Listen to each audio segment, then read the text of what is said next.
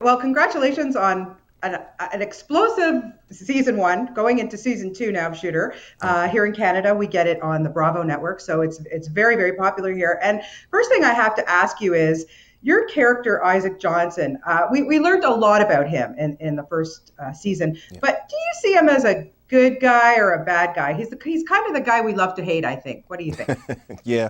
Well, I think he's a good guy who made some bad decisions. So he's just sort Yeah. of in the gray area and he's trying to, find his redemption. Okay, yeah, okay.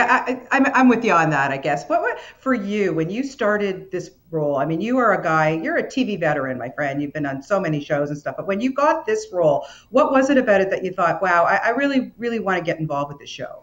I mean, I just thought that, the script was great. I thought the concept was great. I love the moving pieces. And then selfishly, creatively, I just really love this character because he is in that gray area, right? Like, he's not completely the villain, but obviously he's not the good guy. And I just found that challenging and interesting. And I just dove in head first. Right. Okay. So how did you prepare? Because it's a pretty intense show, Yeah. but it's not just action packed. There's a lot going on here. There's drama. There's everything. But for you to play this guy, I would think that there was some preparation involved. Did you Oh do yeah, that? absolutely. Did a bunch of training. We've got great consultants on the show who are former Marines and from the military. So we covered that base. And just for me, I did some research with Secret Service guys and that sort of thing. And you just build out this character who's it's just interesting to me.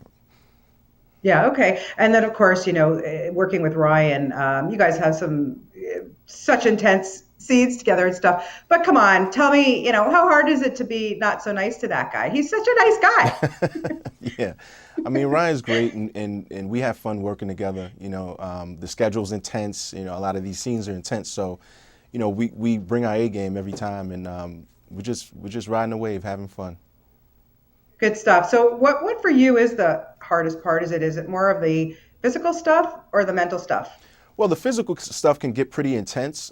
We try to do most of our stunts, and that grind gets hard. The repetitiveness of that grind gets hard. You wake up fresh on Monday, you go to sleep Friday a little sore.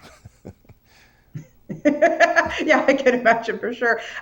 You, of course, have, like I said earlier, you've been on so many. Oh my God, like so many amazing TV shows.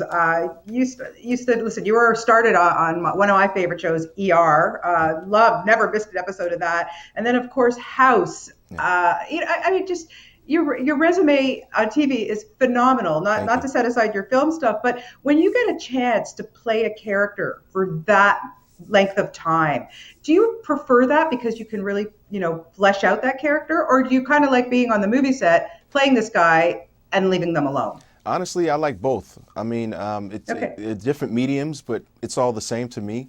Obviously, a film is finite, and television just presents a different challenge. And for me, it's as much as it's about the individual character that I'm going to play. It's about the world that the character is in and the other character is in, and can that does that have legs beyond one or two seasons? So, but personally, I love both. This is what I love to do. I'm still able to do this. I feel so fortunate.